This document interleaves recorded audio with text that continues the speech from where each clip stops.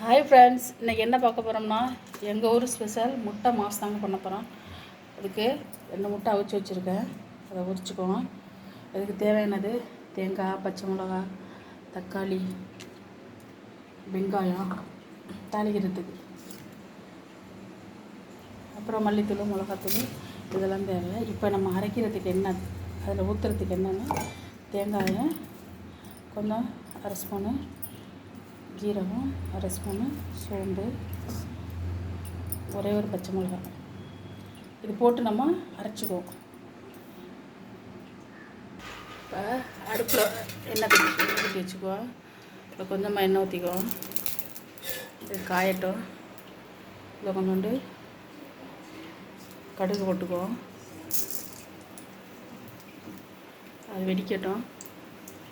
கொஞ்சோண்டு ஜீரகம் மட்டும் நல்லா வெடிக்கட்டும்.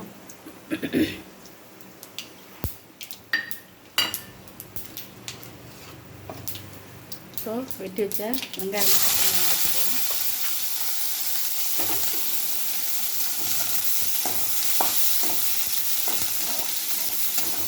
எண்ணெயில் பச்சை மிளகா போடும்போது கொஞ்சம் தள்ளி நிற்குங்க, வெடித்து கண்ணில் கதலை போட்டுருவோம். அதனால தான் எங்கள் பச்சை மிளகா வந்து தனியாக போடக்கூடாது, வெங்காயம் தக்காளி அதோட தான் சேர்த்து போடணும். இது வதங்கட்டும். இதோடு நம்ம வெட்டி வச்ச 2 தக்காளியும் போட்டுக்குவோம். 2 பெரிய வெங்காயம், 2 தக்காளி.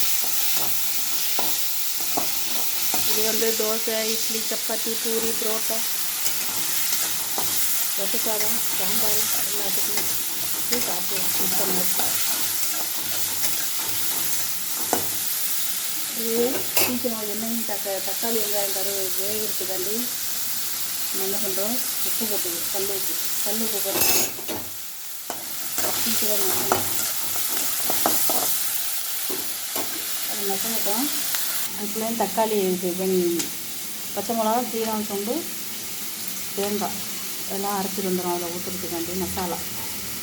இதில் ஒரு கறிப்பட்டை ஒன்று போட்டுக்கோங்க. பாருங்கள், இந்த கறிப்பட்டை போட்டுக்கோங்க. வதங்கிடுச்சு. இதில் நம்ம மசாலா போட்டுக்க வேண்டியதும்.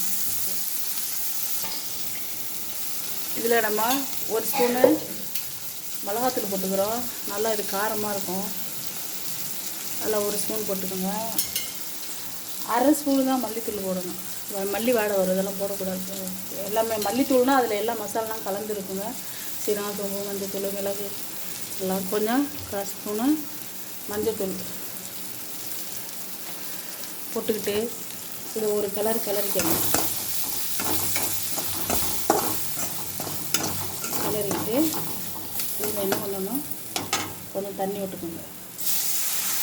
அந்த சாந்து இருக்கிற வரையும், கிரேவி இருக்கிற வரையும், முழுகிற வரையும் தண்ணி ஊற்றிக்கோங்க.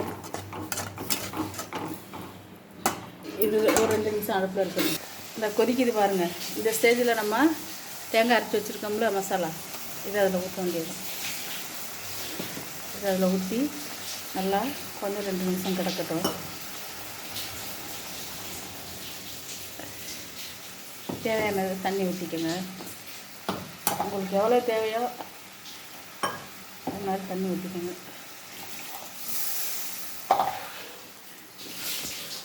ஊற்றிட்டு கொஞ்சம் கிண்டிக்கணும். இந்த பச்சை வாசம் போகிற வரைக்கும் வத்தட்டும். இதில் வந்து இந்த ஸ்டேஜில் வந்து கருவேப்பிலை போட்டுக்கணும். கருவேப்பிலை, மல்லித்தலை எல்லாம். இப்போ நல்லா கொதிச்சிருச்சு. இப்போ நம்ம என்ன பண்ணுறோம், கட் பண்ணி வச்சுருக்கோம் பாருங்கள் முட்டை. இதை வந்து நம்ம ஒன்று ஒன்றா அதில் எடுத்து போட வேண்டியது.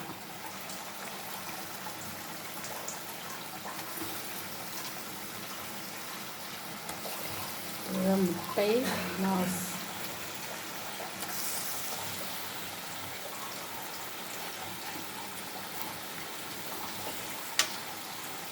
அது அப்படியே சேர்ந்து நம்மளுக்கு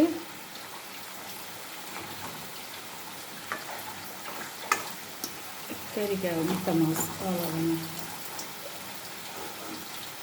பிடிச்சிருந்தா லைக் பண்ணுங்கள், ஷேர் பண்ணுங்கள், கமெண்ட் பண்ணுங்கள். சீக்கிரத்தில் காலையில் பிள்ளைங்களுக்கு எதுவும் வச்சு கொடுக்க ஒன்றும் இல்லையே அப்படின்னா 2 தக்காளி வெங்காயத்தை நறுக்கி இது மாதிரி செஞ்சு கொடுத்துட்டா நல்லா குழம்பும் வச்சு, கிரேவியும் வச்சு, தொட்டுக்குழம்பும் வச்சு, பிள்ளைங்களுக்கு நல்லா முட்டை சத்துமாக வச்சு அவ்வளோதாங்க.